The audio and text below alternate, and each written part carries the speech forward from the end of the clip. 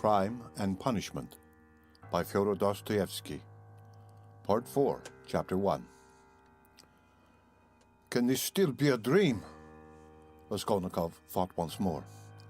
He looked carefully and suspiciously at the unexpected visitor. Svidrigailov! What nonsense, it can't be! He said at last, aloud in bewilderment. His visitor did not seem at all surprised at this exclamation. I've come to you for two reasons. In the first place, I wanted to make your personal acquaintance, as I have already heard a great deal about you that is interesting and flattering. Secondly, I cherish the hope that you may not refuse to assist me in a matter directly concerning the welfare of your sister, Rodion Romanovich. For without your support, she might not let me come near her now, for she is prejudiced against me. But with your assistance, I reckon on... You reckon wrongly, interrupted Raskolnikov. They only arrived yesterday. May I ask you? Raskolnikov made no reply. It was yesterday, I know. I only arrived myself the day before. Well, let me tell you this, Rodion Romanovich. I don't consider it necessary to justify myself, but kindly tell me, what was there particularly criminal on my part in all this business, speaking without prejudice, with common sense? Raskolnikov continued to look at him in silence. That in my own house I persecuted a defenseless girl and insulted her with my infamous proposals, is that it? I am anticipating you, but you've only to assume that I too am a man et nihil humanum, in a word, that I am capable of being attracted and falling in love, which does not depend on our will, then everything can be explained in the most natural manner. The question is, am I a monster, or am I myself a victim? And what if I am a victim? In proposing to the object of my passion to elope with me to America or Switzerland, I may have cherished the deepest respect for her, and may have thought that I was promoting our mutual happiness. Reason is the slave of passion, you know? Well, probably I was doing more harm to myself than anyone. But that's not the point, Raskolnikov interrupted with disgust. It's simply that, whether you are right or wrong, we dislike you. We don't want to have anything to do with you. We show you the door. Go out. Svidrigailov broke into sudden laugh. But you... Oh, but there's no getting round you, he said, laughing in the frankest way. I hope to get round you, but you took up the right line at once. But you are trying to get round me still. What of it? What of it? Cried Svidrigailov, laughing openly. But this is what the French call bonne guerre, and the most innocent form of deception. But still, you have interrupted me. One way or another, I repeat again, there would never have been any unpleasantness except for what happened in the garden. Marfa Petrovna. You have got rid of Marfa Petrovna too, so they say. Raskolnikov interrupted rudely. Oh, you've heard that too, eh? Then. Oh, you'd be sure to, though. But as for your question, I really don't know what to say, though my own conscience is quite at rest on that score. Don't suppose that I am in any apprehension about it. All was regular and in order. The medical inquiry diagnosed apoplexy due to bathing immediately after a heavy dinner and a bottle of wine, and indeed, it could have proved nothing else. But I'll tell you what I have been thinking to myself of late, on my way here, in the train, especially. Didn't I contribute to all that calamity, morally, in a way, by irritation or something of the sort? But I came to the conclusion that that, too, was quite out of the question. Raskolnikov laughed. I wonder you trouble yourself about it. But what are you laughing at? Only consider, I struck her just twice with a switch. There were no marks even. Don't regard me as a cynic, please. I am perfectly aware how atrocious it was of me and all that, but I know for certain, too, that Marfa Petrovna was very likely pleased at my, so to say, warmth. The story of your sister had been wrung out to the last drop. For the last 3 days, Marfa Petrovna had been forced to sit at home. She had nothing to show herself with in the town. Besides, she had bored them so with that letter. You heard about her reading the letter? And all of a sudden, those two switches fell from heaven. Her first act was to order the carriage to be got out. And not to speak of the fact that there are cases when women are very, very glad to be insulted, in spite of all their show of indignation. There are instances of it with everyone. Human beings in general, indeed greatly, love to be insulted. Have you noticed that? But it's particularly so with women. One might even say it's their only amusement. At one time, Raskolnikov thought of getting up and walking out and so finishing the interview. But some curiosity and even a sort of prudence made him linger for a moment. "You are fond of fighting?" he asked carelessly. "No, not very," Svidrigailov answered calmly. "And Marfa Petrovna and I scarcely ever fought. We lived very harmoniously, and she was always pleased with me. I only used the whip twice in all our 7 years, not counting a third occasion of a very ambiguous character. The first time, 2 months after our marriage, immediately after we arrived in the country, and the last time was that of which we are speaking. Did you suppose I was such a monster, such a reactionary, such a slave driver? By the way, do you remember Rodion Romanovich, how a few years ago, in those days of beneficent publicity, a nobleman, I've forgotten his name, was put to shame everywhere in all the papers for having thrashed a German woman in the railway train? Remember? It was in those days, that very year, I believe, the disgraceful action of the age took place. You know, the Egyptian Nights, that public reading, you remember? The dark eyes, you know. The golden days of our youth. Where are they? Well, as for the gentleman who thrashed the German, I feel no sympathy with him, because, after all, what need is there for sympathy? But I must say that there are sometimes such provoking Germans that I don't believe there is a progressive who could quite answer for himself. No one looked at the subject from that point of view then, but that's the only truly humane point of view, I assure you." After saying this, Svidrigailov broke into a sudden laugh again. Raskolnikov saw clearly that this was a man with a firm purpose in his mind and able to keep it to himself. "I expect you've not talked to anyone for some days?" he asked. "Scarcely anyone. I suppose you are wondering at my being such an adaptable man." "No, I'm only wondering at your being too adaptable a man." "Because I'm not offended at the rudeness of your questions, is that it? But why take offense? As you asked, so I answered," he replied with a surprising expression of simplicity. "You know, there's hardly anything I take interest in," he went on, as it were dreamily. "Especially now. I've nothing to do. You are quite at liberty to imagine, though, that I am making up to you with a motive, particularly as I told you I want to see your sister about something. But I'll confess frankly I am very much bored, the last 3 days especially, so I am delighted to see you. Don't be angry, Rodion Romanovich, but you seem to be somehow awfully strange yourself. Say what you like, there's something wrong with you. And now, too. Not this very minute, I mean, but now, generally. Well, I won't. Don't scowl. I'm not such a bear, you know, as you think." Raskolnikov looked gloomily at him. "You're not a bear, perhaps, at all," he said. "I fancy, indeed, that you are a man of very good breeding, or at least one who knows how on occasion to behave like one." "I am not particularly interested in anyone's opinion," Svidrigailov answered dryly and even with a shade of haughtiness. "And therefore why not be vulgar at times when vulgarity is such a convenient cloak for our climate, and especially if one has a natural propensity that way," he added, laughing again. "I've heard you have many friends here. You are, as they say, not without connections. What can you want with me, then, unless you've some special object?" "That's true that I have friends here," Svidrigailov admitted, not replying to the chief point. "I've met some already. I've been lounging about for the last 3 days, and I've seen them, or they've seen me. That's a matter of course. I am well dressed and reckoned not a poor man. The emancipation of the serfs hasn't affected me. My property consists chiefly of forests and water meadows. The revenue has not fallen off, but I am not going to see them. I was sick of them long ago. I've been here 3 days and have called on no one. What a town it is! How has it come into existence among us? Tell me that. A town of officials and students of all sorts. Yes, there's a great deal I didn't notice when I was here 8 years ago kicking up my heels. My only hope now is in anatomy. By Jove, it is."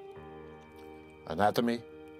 But as for these clubs, assaults, parades, or progress, indeed, maybe, well, all that can go on without me," he went on, again without noticing the question. Besides, who wants to be a card sharper? Why? Have you been a card sharper then? How could I help being? There was a regular set of us, men of the best society, 8 years ago. We had a fine time. And all men of breeding, you know? Poets, men of property. And indeed, as a rule in our Russian society, the best manners are found among those who've been thrashed. Have you noticed that? I've deteriorated in the country, but I did get into prison for debt through a low Greek who came from Nezhin. Then Marfa Petrovna turned up. She bargained with him and bought me off for 30,000 silver pieces. I owed 70,000. We were united in lawful wedlock, and she bore me off into the country like a treasure. You know, she was 5 years older than I. She was very fond of me. For 7 years, I never left the country, and take note that all my life she held a document over me, the IOU for 30,000 rubles, so if I were to elect to be restive about anything, I should be trapped at once. And she would have done it. Women find nothing incompatible in that. If it hadn't been for that, would you have given her the slip?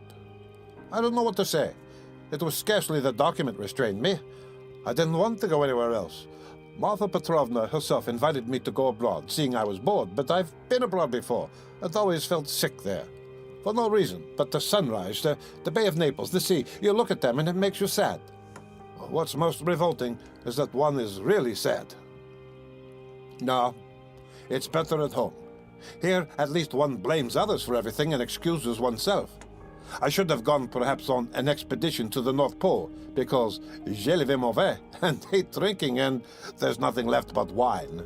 I have tried it, but I say I've been told Berg is going up in a great balloon next Sunday from the Yusupov Garden and will take up passengers at a fee.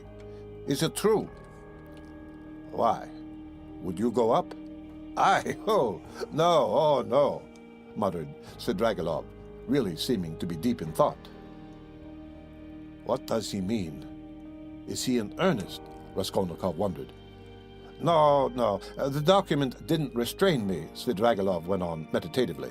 It was my own doing, not leaving the country, and nearly a year ago Marfa Petrovna gave me back the document on my name day, and made me a present of a considerable sum of money, too. She had a fortune, you know. You see how I trust you, Arkady Ivanovich. That was actually her expression. You don't believe she used it? But you know, I managed the estate quite decently. They know me in the neighborhood. I ordered books, too. Marfa Petrovna at first disapproved, but afterwards she was afraid of my overstudying. You seem to be missing Marfa Petrovna very much. Missing her? Well, perhaps. Really, perhaps I am. And by the way, do you believe in ghosts? What ghosts? Why, ordinary ghosts. Do you believe in them? Perhaps not, pour vous plaire. I wouldn't say no exactly. Do you see them, then? Svidrigailov looked at him rather oddly. Marfa Petrovna is pleased to visit me, he said, twisting his mouth into a strange smile. How do you mean she is pleased to visit you? She has been 3 times. I saw her first on the very day of the funeral, an hour after she was buried. It was the day before I left to come here. The second time was the day before yesterday, at daybreak, on the journey at the station of Malaya Vishera. The third time was 2 hours ago in the room where I am staying. I was alone. Were you awake? Quite awake. I was wide awake every time. She comes, speaks to me for a minute, and goes out at the door. Always at the door. I can almost hear her. What made me think that something of the sort must be happening to you? Raskolnikov said suddenly. At the same moment he was surprised at having said it. He was much excited. What, did you think so? Svidrigailov asked in astonishment. Did you really? Didn't I say that there was something in common between us, huh? You never said so, Raskolnikov cried sharply and with heat. Didn't I? No. Well, I thought I did. When I came in and saw you lying with your eyes shut, pretending, I said to myself at once, here's the man. What do you mean by the man? What are you talking about? Cried Raskolnikov. What do I mean? I really don't know, Svidrigailov muttered ingenuously, as though he too were puzzled. For a moment they were silent. They stared in each other's faces. That's all nonsense, Raskolnikov shouted with vexation. What does she say when she comes to you? She? Would you believe it? She talks of the silliest trifles, and man is a strange creature. It makes me angry. The first time she came in, I was tired, you know, the funeral service, the funeral ceremony, the lunch afterwards. At last, I was left alone in my study. I lighted a cigar and began to think. She came in at the door. "You've been so busy today, Arkady Ivanovich, you have forgotten to wind the dining room clock," she said. "All those 7 years, I've wound that clock every week, and if I forgot it, she would always remind me. The next day, I set off on my way here. I got out at the station at daybreak. I'd been asleep, tired out, with my eyes half open. I was drinking some coffee. I looked up, and there was suddenly Marfa Petrovna sitting beside me with a pack of cards in her hands. Shall I tell you your fortune for the journey, Arkady Ivanovich? She was a great hand at telling fortunes. I shall never forgive myself for not asking her to. I ran away in a fright, and besides, the bell rang. I was sitting today, feeling very heavy after a miserable dinner from a cook shop. I was sitting smoking. All of a sudden, Marfa Petrovna again. She came in very smart in a new green silk dress with a long train. Good day, Arkady Ivanovich. How do you like my dress? Aniska can't make like this. Aniska was a dressmaker in the country, one of our former serf girls who had been trained in Moscow, a pretty wench. She stood turning round before me. I looked at the dress, and then I looked carefully, very carefully at her face. I wonder you troubled to come to me about such trifles, Marfa Petrovna. Good gracious, you won't let one disturb you about anything. To tease her, I said, I want to get married, Marfa Petrovna. That's just like you, Arkady Ivanovich. It does you very little credit to come looking for a bride when you've hardly buried your wife. And if you could make a good choice, at least. But I know it won't be for your happiness or hers. You will only be a laughing-stock to all good people. Then she went out, and her train seemed to rustle. Isn't it nonsense, eh? But perhaps you are telling lies, Raskolnikov put in. I rarely lie, answered Svidrigaïlov, thoughtfully, apparently not noticing the rudeness of the question. And in the past, have you ever seen ghosts before? Yes, I have seen them, but only once in my life, 6 years ago. I had a serf, Fyodor. Just after his burial, I called out, forgetting, Fyodor, my pipe. He came in and went to the cupboard where my pipes were. I sat still and thought, he is doing it out of revenge because we had a violent quarrel just before his death. How dare you come in with a hole in your elbow, I said. Go away, you scamp. He turned and went out and never came again. I didn't tell Marfa Petrovna at the time. I wanted to have a service sung for him, but I was ashamed. You should go to a doctor. I know I'm not well without your telling me, though I don't know what's wrong. I believe I am 5 times as strong as you are. I didn't ask you whether you believe that ghosts are seen, but whether you believe that they exist. No, I won't believe it, Raskolnikov cried with positive anger. What do people generally say? Muttered Svidrigaïlov, as though speaking to himself, looking aside and bowing his head. They say, you are ill, so what appears to you is only unreal fantasy. But that's not strictly logical. I agree that ghosts only appear to the sick, but that only proves that they are unable to appear except to the sick, not that they don't exist. Nothing of the sort, Raskolnikov insisted irritably. No, you don't think so, Svidrigaïlov went on, looking at him deliberately. But what do you say to this argument? Help me with it. Ghosts are, as it were, shreds and fragments of other worlds, the beginning of them. A man in health has, of course, no reason to see them, because he is above all a man of this earth, and is bound for the sake of completeness and order to live only in this life. But as soon as one is ill, as soon as the normal earthly order of the organism is broken, one begins to realize the possibility of another world. And the more seriously ill one is, the closer becomes one's contact with that other world, so that as soon as the man dies, he steps straight into that world. I thought of that long ago. If you believe in a future life, you could believe in that too. I don't believe in a future life, said Raskolnikov. Svidrigaïlov sat lost in thought. And what if there are only spiders there, or something of that sort? He said suddenly. He is a madman, thought Raskolnikov. We always imagine eternity as something beyond our conception, something vast. Vast. But why must it be vast? Instead of all that, what if it's one little room, like a bathhouse in the country, black and grimy and spiders in every corner, and that's all eternity is? I sometimes fancy it like that. Can it be? You can imagine nothing juster and more comforting than that, Raskolnikov cried, with a feeling of anguish. Juster? And how can we tell perhaps that is just? And you know, it's what I would certainly have made it, answered Svidrigaïlov with a vague smile. This horrible answer sent a cold chill through Raskolnikov. Svidrigaïlov raised his head, looked at him, and suddenly began laughing. Only think, he cried. Half an hour ago, we had never seen each other. We regarded each other as enemies.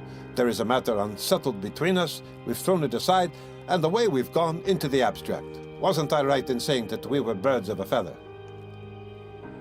Kindly allow me, Raskolnikov went on irritably, to ask you to explain why you have honored me with your visit. And I'm in a hurry. I have no time to waste. I want to go out. By all means, by all means. Your sister, Evdokhtia Romanova, is going to be married to Mr. Lutzen, Pyotr Petrovich. Can you refrain from any question about my sister and from mentioning her name? I can't understand how you dare utter her name in my presence, if you really are Svidrigaïlov. Why, but I've come here to speak about her. How can I avoid mentioning her? Very good. Speak, but make haste. I am sure that you must have formed your own opinion of this Mr. Lutzen, who is a connection of mine through my wife, if you have only seen him for half an hour or heard any facts about him. He is no match for Evdokhtia Romanova. I believe Evdokhtia Romanova is sacrificing herself generously and imprudently for the sake of, for the sake of her family. I fancied, from all I had heard of you, that you would be very glad if the match could be broken off without the sacrifices of worldly advantages. Now, I know you personally, I am convinced of it. All this is very naive, excuse me. I should have said impudent on your part, said Raskolnikov. You mean to say that I am seeking my own ends? Don't be uneasy, Rodion Romanovich. If I were working for my own advantage, I would not have spoken out so directly. I am not quite a fool. I will confess something psychologically curious about that. Just now, defending my love for Evdokhtia Romanova, I said I was myself the victim. Well, let me tell you that I've no feeling of love now, not the slightest, so that I wonder myself indeed, for I really did feel something. Through idleness and depravity, Raskolnikov put in. I certainly am idle and depraved, but your sister has such qualities that even I could not help being impressed by them. But that's all nonsense as I see myself now. Have you seen that long? I began to be aware of it before, but was only perfectly sure of it the day before yesterday, almost at the moment I arrived in Petersburg.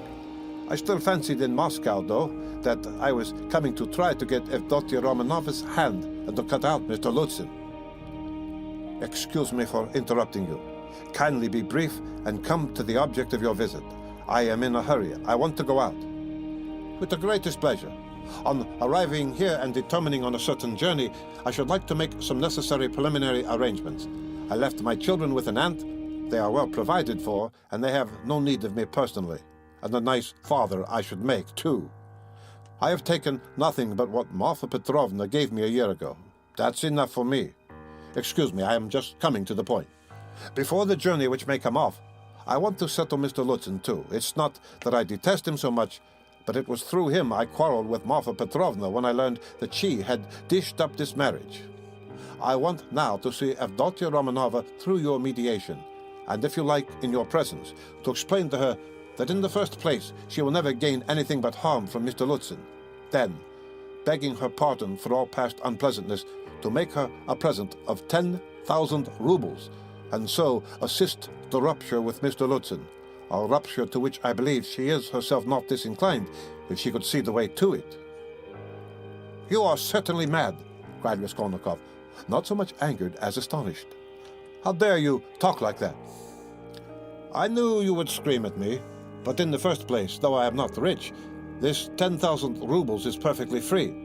I have absolutely no need for it. If Evdokhtia Romanova does not accept it, I shall waste it in some more foolish way. That's the first thing. Secondly, my conscience is perfectly easy. I make the offer with no ulterior motive. You may not believe it, but in the end, if Dr. Romanova and you will, know. The point is that I did actually cause your sister, whom I greatly respect, some trouble and unpleasantness. And so, sincerely regretting it, I want not to compensate, not to repay her for the unpleasantness, but simply to do something to her advantage, to show that I am not, after all, privileged to do nothing but harm. If there were a millionth fraction of self-interest in my offer, I should not have made it so openly, and I should not have offered her 10,000 only, when 5 weeks ago I offered her more. Besides, I may perhaps very soon marry a young lady, and that alone ought to prevent suspicion of any design on of Dotya Romanova. In conclusion, let me say that in marrying Mr. Lutzen, she is taking money just the same, only from another man. Don't be angry, Rodion Romanovich. Think it over coolly and quietly. Svidrigailov himself was exceedingly cool and quiet as he was saying this. I beg you to say no more, said Raskolnikov. In any case, this is unpardonable impertinence. Not in the least. Then a man may do nothing but harm to his neighbor in this world and is prevented from doing the tiniest bit of good by trivial conventional formalities. That's absurd. If I died, for instance, and left that sum to your sister in my will, surely she wouldn't refuse it. Very likely she would. Oh, no, indeed. However, if you refuse it, so be it.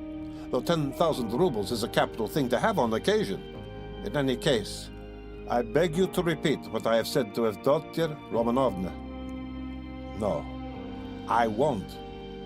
In that case, Rodion Romanovich, I shall be obliged to try and see her myself and worry her by doing so. And if I do tell her, will you not try to see her? I don't know really what to say. I should like very much to see her once more. Don't hope for it. I'm sorry, but you don't know me. Perhaps we may become better friends. You think we may become friends? And why not? Svidrigailov said, smiling. He stood up and took his hat. I didn't quite intend to disturb you, and I came here without reckoning on it, though I was very much struck by your face this morning. Where did you see me this morning? Raskolnikov asked uneasily. I saw you by chance. I kept fancying there is something about you like me. But don't be uneasy, I am not intrusive. I used to get on all right with card sharpers, and I never bored Prince Zvierby, a great personage who is a distant relation of mine, and I could write about Raphael's Madonna in Madame Pilukov's album, and I never left Marfa Petrovna's side for 7 years, and I used to stay the night at Vyazemsky's house in the Haymarket in the old days, and I may go up in a balloon with Berg, perhaps. Oh, all right. Are you starting soon on your travels, may I ask? What travels? Why, on that journey, you spoke of it yourself. A journey? Oh, yes, I did speak of a journey. Well, that's a wide subject. If only you knew what you're asking, he added, and gave a sudden, loud, short laugh. Perhaps I'll get married instead of the journey. They're making a match for me. Here? Yes. How have you had time for that? But I am very anxious to see Evdotia Romanovna once. I earnestly beg it. Well, goodbye for the present. Oh, yes, I have forgotten something. Tell your sister, Rodion Romanovich, that Marfa Petrovna remembered her in her will and left her 3,000 rubles. That's absolutely certain. Marfa Petrovna arranged it a week before her death, and it was done in my presence. Evdotia Romanovna will be able to receive the money in 2 or 3 weeks. Are you telling the truth? Yes. Tell her. Well, your servant. I am staying very near you. As he went out, Svidrigailov ran against Razumihin in the doorway. The end of Part 4, Chapter 1 of Crime and Punishment by Fyodor Dostoyevsky. Read by Rick Kishner for Lit2Go.